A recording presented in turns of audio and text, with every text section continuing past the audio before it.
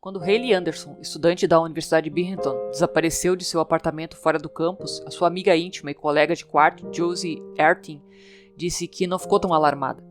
Mas no dia seguinte, a Josie ficou extremamente preocupada, especialmente quando outra colega de quarto usou o aplicativo Find My Friends para rastrear o telefone da Hayley até o apartamento de outro estudante de enfermagem, Orlando III. Oi gente, bem-vindos ao canal, aqui é a Roberta Hoff. O caso Hayley Anderson.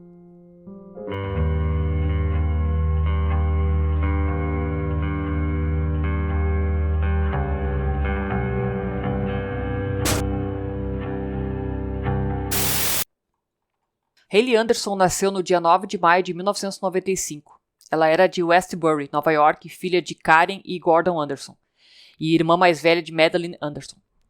Os amigos descreveram Hayley como trabalhadora, amigável e compassiva, com um amor pela música. A mãe disse que ela tinha um espírito livre. O jeito que ela se vestia, o cabelo, a personalidade dela, o jeito que ela era com os amigos. Ela confiava em todo mundo. Ela conversava com todo mundo.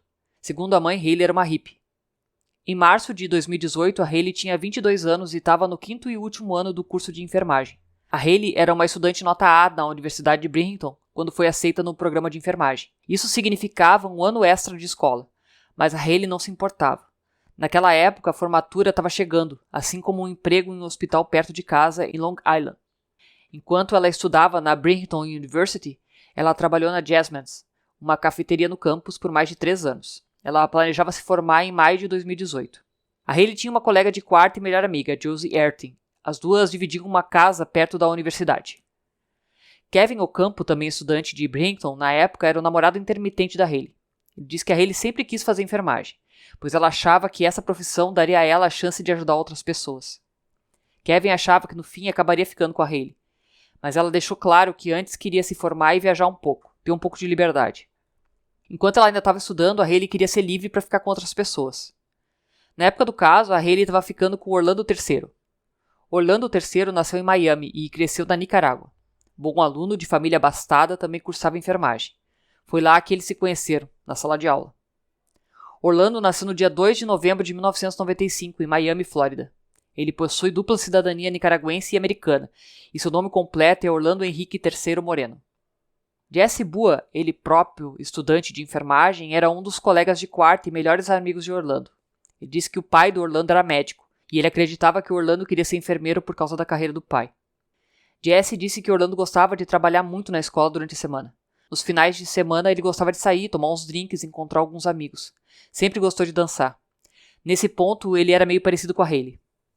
Hayley e Orlando se conheceram na sala de aula, mas só estabeleceram uma amizade no 4º ano de Hayley na escola, quando se cruzaram em uma festa no apartamento de Kevin, fora do campus. O Kevin disse que isso foi só coincidência, pois a Hayley o reconheceu e apresentou o Orlando ao Kevin. Orlando, Hayley e Kevin ficaram mais próximos. Kevin até convidou seu novo amigo para se juntar à sua fraternidade. Ele disse que tentavam recrutar pessoas com quem eles se dariam bem, e já que ambos eram de origem hispânica, o Kevin e Orlando eram as únicas pessoas que falavam espanhol, então ele achou que seria uma boa ideia. E assim foi por um tempo, até que o Kevin e a Hayley fizeram uma das suas pausas, e Orlando ultrapassou os limites da sua amizade com Hayley.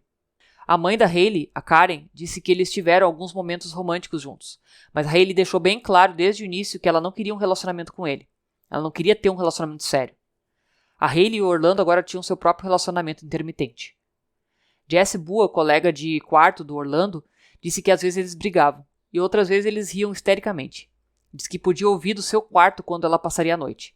E outras vezes eles mantinham distância e não se viam por um tempo. Hayley nunca deu as costas completamente ao Orlando, principalmente depois que os seus irmãos da fraternidade o expulsaram por dormir com ela, porque ela era a namorada do Kevin. A mãe disse que acha que a Hayley se sentia culpada por isso. Além de tudo, o Orlando ficava dizendo que estava se sentindo muito mal por isso, que queria se matar. A Josie Erting, colega de quarto da Hayley, disse que o Orlando começou a aparecer sem ser convidado, que ele costumava passar muito pela casa delas, para fumar um cigarro na varanda delas. Ele definitivamente chegava sem ser convidado.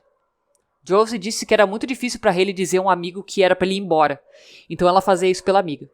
Ela dizia ao Orlando que era inapropriado ele estar na frente da casa delas. Josie acreditava que o Orlando fazia isso por ciúmes e controle. Ele queria saber se havia alguém na casa delas. Ela disse que o Orlando era obcecado pela Hayley. Ele era claramente e estranhamente possessivo com a Hayley, que não era sua namorada. Jesse disse que ele definitivamente gostava da Hailey. Ele definitivamente parecia querer que fosse um pouco mais do que apenas uma aventura intermitente. Então houve essa grande bandeira vermelha.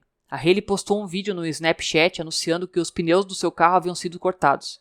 Sua amiga de infância, Sydney Matsuzaki, estava a algumas centenas de quilômetros de distância quando viu a postagem e a salvou. A amiga de Hailey ficou apavorada, pensando em que tipo de pessoa rasga os pneus da outra. Isso aconteceu um dia depois de uma festa no apartamento do Orlando, onde ele soube que a Hailey e o Kevin estavam voltando do namoro. Kevin disse que foi ele quem encontrou os pneus dela furados. Ele havia passado a noite na casa da Hailey. Ele passou pelo carro e achou aquilo muito estranho e disse pra Hailey que aquilo deveria ser coisa do Orlando. A mãe, quando soube, mandou a Hailey fazer um boletim de ocorrência.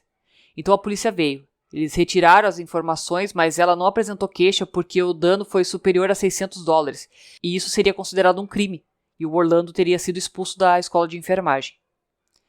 Por um tempo a Hailey manteve certa distância do Orlando, mas apesar dos avisos dos familiares e dos amigos, ela finalmente deixou ele voltar à sua vida. No dia 7 de março de 2018, a Hailey saiu para uma noitada com os amigos. Isso era algo que ela gostava de fazer. Porém, ela não voltou para o seu apartamento. Quando a Hailey desapareceu do seu apartamento, fora do campus, a sua amiga íntima e colega de quarto, a Josie, disse que não ficou tão alarmada. Mas no dia seguinte, a Josie ficou extremamente preocupada. A Hailey havia desaparecido até mesmo do Snapchat. A Josie e a outra colega de quarto, chamada Michelle Topali, rastrearam o iPhone da Hailey usando um aplicativo chamado Find My Friend, até o apartamento do Orlando. Elas bateram insistentemente na porta, mas ninguém atendia. Então elas decidiram escalar e entrar por uma janela. Ela disse que impulsionou a Michelle primeiro e depois subiu. A Michelle estava um pouco à frente da Josie e basicamente ela gritou para que ela ligasse para o 911. Ela conseguiu chegar até o quarto do Orlando e lá estava a Hailey. Ela disse que a Hailey estava pálida, mas ela não sabia se a amiga estava morta ou não. A polícia encontrou a Hailey na sexta-feira, 9 de março, ao 12h53. Após uma verificação no apartamento de Orlando, ela foi declarada morta no local. Era início de março de 2018 e, de volta à cidade natal de Hailey, Westbury, Nova York, sua mãe, Carrie Anderson, nem sabia que a filha de 22 anos estava desaparecida. Ela disse que elas não se falavam todo dia, que a Hailey pediu para que a sua mãe entrasse em contato com ela aos domingos, e era assim que as duas faziam. Na tarde do dia 9 de março de 2018, a Carrie notou 2 homens em um carro preto, estacionado na frente da sua casa. Ela disse que eles saíram do carro e bateram a porta. Assim que eles se sentaram com ela na mesa, eles falaram em atividade suspeita, falaram no nome da Hailey, mas ela não estava processando, então eles contaram. Sua filha Hailey foi encontrada morta por estrangulamento na cama de Orlando. Ela disse que ficou entorpecida e que ficou com raiva por não ter pressionado para que ele fosse preso por aquele corte no pneu, e por não ter levantado mais bandeiras vermelhas para Hailey com aquilo. Sua morte foi declarada homicídio no sábado, 10 de março, após uma autópsia ter sido realizada no Hospital Lourdes, em Brighton. As aulas de segunda-feira foram canceladas para os estudantes do último ano de enfermagem após a morte da Hailey. Também na segunda-feira, 12 de março, o presidente da universidade, Harvey Stenger, e o reitor da escola de enfermagem Decker, Mário Ortiz, divulgaram declarações de luto pela morte da Anderson e estenderam condolências aos seus amigos e familiares. O tenente da polícia de Bradenton, Corey Minor, liderou a busca pelo suposto assassino de Hailey. Havia várias câmeras diferentes na casa. Essas câmeras foram utilizadas para rastrear não apenas os movimentos da Hailey ao redor da propriedade, mas também os do Orlando durante os dias 8 e 9 de março. A primeira gravação de interesse da polícia foi na quinta-feira, 8 de março, na madrugada, quando Hailey se encontrou com Orlando. A câmera na frente da casa mostra a Hailey e o Orlando entrando na residência. Depois que a Hailey entra na casa, ela nunca mais é vista. Já o Orlando é visto várias vezes saindo da residência. Quase 7 horas depois de chegar com Hailey, Orlando é visto limpando o lixo da garagem e saindo sozinho. Usando um recibo encontrado em seu apartamento, a polícia rastreou seus movimentos até uma farmácia local, onde ele comprou Zikil e melatonina, 2 soníferos. Orlando então voltou para o seu apartamento, onde as câmeras de segurança só o detectaram por mais 7 horas. Mas quando fizeram, ele não foi muito longe, diz o então promotor distrital do condado de Broome, Stephen Cornell. Stephen Cornell disse que se poderia ver que ele estava andando na direção de onde ficava o porão. Os investigadores acreditavam que Orlando tentou se enforcar no seu apartamento, usando ganchos que estavam guardados no porão. Mas em sua tentativa fracassada, eles acreditam que ele caiu e se machucou. Foi encontrado um pouco de sangue no chão e uma gravata pendurada na porta. Os detetives também encontraram uma nota escrita em espanhol que começava: "Sinto muito por isso, nunca senti que seria capaz de fazer isso." E ele também escreveu: "Pai, vejo você em breve." Seu pai havia falecido 5 anos antes. Os investigadores acharam que parecia a confissão de um assassinato e uma nota de suicídio. Mas 16 horas antes do corpo da Hayley ser encontrado, Orlando saiu de seu apartamento pela última vez, com sua bagagem, e dirigiu mais de 3 horas até o aeroporto internacional JFK, em Nova York. Com a cabeça enfaixada, possivelmente por causa da suposta tentativa de suicídio, Orlando embarcou em um avião e voltou para casa, na Nicarágua. O promotor Steve Cornell disse que quando soube que ele estava na Nicarágua, antes que pudessem chegar até ele, a primeira coisa que ele pensou foi que ele havia escapado de uma acusação de assassinato. Cabia agora às autoridades nicaragüenses capturar um fugitivo com dupla cidadania. Steve Cornell ficou com medo de ficar com as mãos atadas. Ele não sabia das relações dos Estados Unidos com a Nicarágua, e como Orlando tinha dupla cidadania, o governo da Nicarágua não tinha obrigação de entregar ele ao governo americano. Seria o fim da linha para uma punição. Durante vários dias, Orlando supostamente se escondeu na pequena cidade da casa onde cresceu, do outro lado da rua da igreja que sua família frequentava. De volta a Brighton, Stephen Cornell não tinha certeza se as autoridades da Nicarágua estavam mesmo procurando por Orlando. Então, 4 dias depois da sua chegada, a mãe de Orlando o levou de carro por 1 hora ao sul até uma cidade muito maior, de León, para receber atendimento médico em um hospital psiquiátrico. Segundo o boletim de ocorrência, Orlando III foi levado ao hospital com ferimentos auto-infligidos, o que implicava que ele tentou tirar a própria vida. Orlando foi detido pela Polícia Nacional da Nicarágua na terça-feira, 13 de março, no hospital de León. Ele havia entrado no país na sexta-feira, 9 de março, às 15 horas e 55 minutos. É possível que alguém de lá tenha reconhecido o fugitivo. A história já estava nos noticiários há dias. Foi no hospital que a polícia finalmente encontrou e prendeu Orlando. No dia seguinte, em Manágua, a polícia realizou uma conferência de imprensa informando ao mundo que Orlando III estava sob sua custódia e o expôs para os que todos pudessem ver. Agora, sob custódia, Orlando ainda não havia sido acusado de nenhum crime pelas autoridades nicaragüenses. Uma luta internacional pela justiça estava apenas começando. Menos de uma semana após a prisão de Orlando III, a família e amigos de Hayley se reuniram em sua cidade natal, Nova York, para colocá-la para descansar.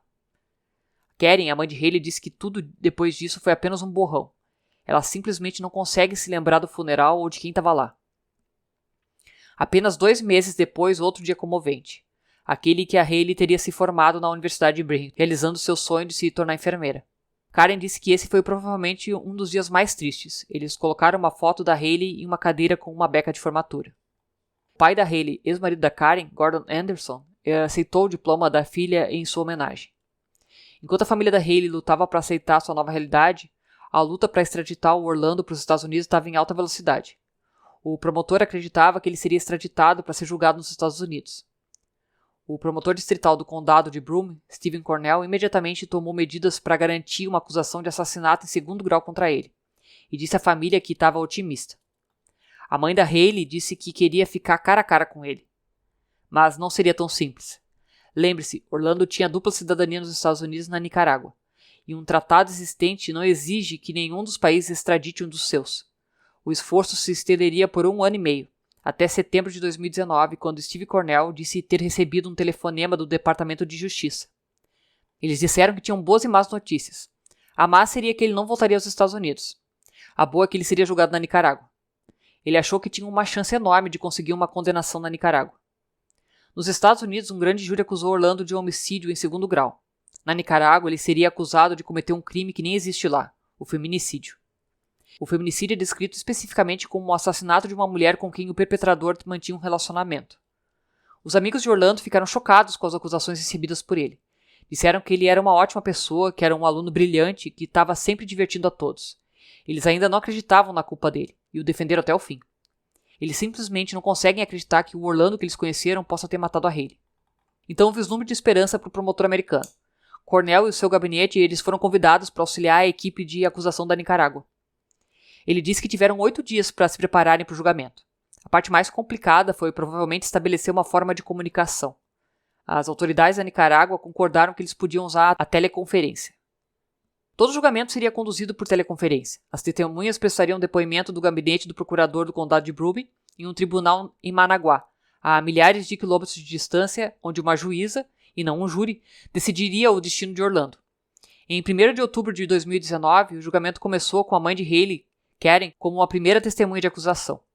A colega de quarto de Hayley, Josie Artin, também testemunhou, assim como o colega de quarto do Orlando, o Jesse Bua. O Kevin Ocampo, ex-namorado da Hayley, também depôs contando à juíza sobre aquela vez em que os pneus de Hayley foram cortados.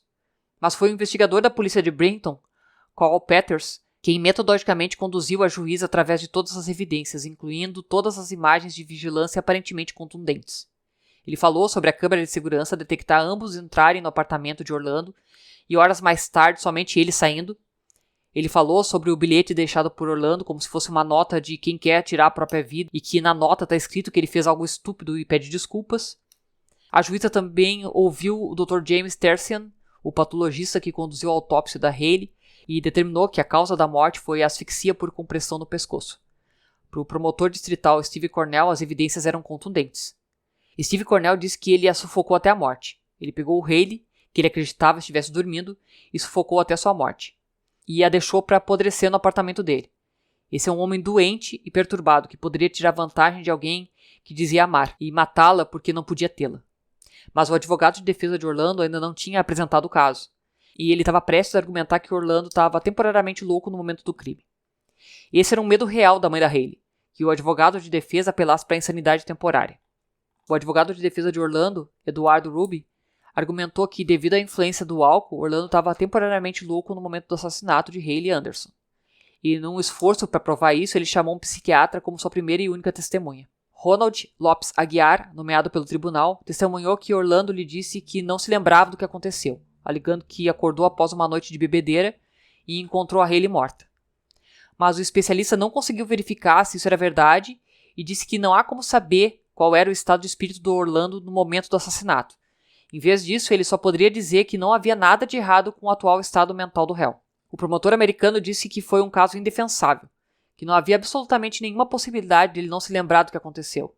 Não havia evidências de que ele estivesse bêbado ou drogado. Não havia evidência de que ele tenha algum distúrbio de sonambulismo e tivesse cometido o assassinato durante o sono. Depois que ambos os lados descansaram, a juíza Fabiola Betancourt fez algo que nunca aconteceria nos Estados Unidos antes de um veredito. Ela deu a última palavra à família da Hayley. Karen disse que a Hayley era uma garota linda, inteligente e amigável. Ela era uma aspirante a enfermeira e tinha toda a vida pela frente. Ela era e ainda é a sua melhor amiga. Então ela agradeceu pela juíza ter ouvido e deixado ela falar em nome da Hayley. Então tudo acabou e o Steve Cornell estava esperando pelo menos um dia de deliberação. Em vez disso, a juíza o chocou ao dizer que retornaria ao seu veredito após um breve recesso. Steve Cornell disse que ficou surpreso, pois não é assim que acontece nos Estados Unidos. Após 90 minutos tensos, a juíza voltou com uma declaração ousada. Denunciando a violência contra as mulheres e defendendo a igualdade de direitos, ela disse que Orlando descartou Hayley porque não aceitou que ela tivesse controle sobre si mesma. Então vieram as palavras que a família de Hayley esperava: culpado de feminicídio. Seus pais foram aconselhados a tentar não demonstrar nenhuma emoção diante das câmeras. A Karen disse que isso não a traz de volta e não lhe dá aquela sensação de se sentir melhor, mas que ela sente que pode fechar um livro desse capítulo e agora começar a tentar seguir em frente e se curar. A Karen teve mais uma vez a oportunidade de falar no tribunal. Dessa vez ela falou diretamente com Orlando. Ela disse que esperava que ele passasse o maior número de anos atrás das grades porque ele merecia ainda mais do que isso. 2 semanas depois, Orlando III foi condenado. Em sua decisão, a juíza Betancourt disse que III assumiu a responsabilidade de punir Hayley por rejeitá-lo. Então ela o puniu com o máximo, 30 anos de prisão. Karen disse que não pôde acreditar. Ela ficou muito feliz que eles puderam trabalhar com outro país, que os promotores fizeram um trabalho tão bom e apaixonado e que a juíza foi incrível. Steve Cornell disse que agradecia às autoridades nicaragüenses, ao promotor e ao sistema judicial, que eles lhe deviam um enorme agradecimento e que eles têm a sua gratidão pelo resto da vida dele. 30 anos é muito tempo. 30 anos é um castigo que os amigos de Orlando acham difícil acreditar que ele mereça. Apesar da sentença, alguns amigos do Orlando ainda diziam que possivelmente ele estava sob influência de drogas. Não estavam acreditando que ele seria capaz de matar a Hayley. Na manhã do dia 4 de fevereiro de 2020, Orlando III, fortemente vigiado, estava de volta a um tribunal da Nicarágua, dessa vez para recorrer à sua condenação perante um coletivo de 3 magistrados. O processo começou com o advogado de Orlando, Eduardo Ruby, ainda cuidando do caso, e ainda argumentando que o terceiro estava altamente embriagado e temporariamente louco no momento do assassinato. Ele queria uma nova avaliação psiquiátrica, dessa vez feita por um psiquiatra forense bem versado em insanidade temporária. Josie Artin acha muito difícil acreditar que o Orlando não se lembre de ter matado sua amiga. Josie disse que ele era um estudante de enfermagem. Se você estiver estrangulando alguém, ele perceberia quando a pessoa está morrendo.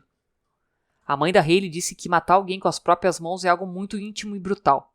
Não é como atirar em alguém, pois nesse caso você coloca a sua força para tirar a vida dessa pessoa, que é algo cru, triste e simplesmente inacreditável. Ruby também argumentou que Orlando foi acusado injustamente de feminicídio e condenado a 30 anos.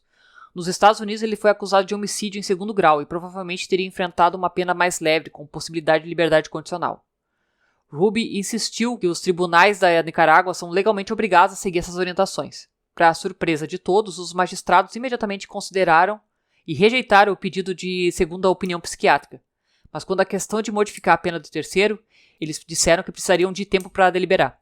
A juíza disse que não emitiriam uma resolução no momento. Quase 3 semanas depois, Carrie Anderson ainda estava aguardando uma decisão do tribunal da Nicarágua, no que costumava ser o quarto da Hayley. Agora é um santuário para suas cinzas. Karen disse que queria que a morte da Hayley tivesse algum propósito. Ela gostaria que o feminicídio fosse levado ao conhecimento dos Estados Unidos, visto que estava provavelmente em ascensão, e é um crime muito grave. Karen foi perguntada se gostaria que houvesse uma lei contra feminicídio nos Estados Unidos.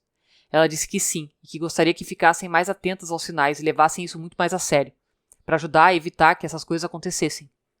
No dia 10 de março de 2020, quase 2 anos depois do dia em que a sua filha foi assassinada, Karen e Gordon Anderson estavam uma vez mais no escritório do promotor do condado de Broome. Dessa vez para ouvir a decisão do tribunal de apelação. A audiência durou mais de 1 hora enquanto um oficial do tribunal lia a decisão de 12 páginas.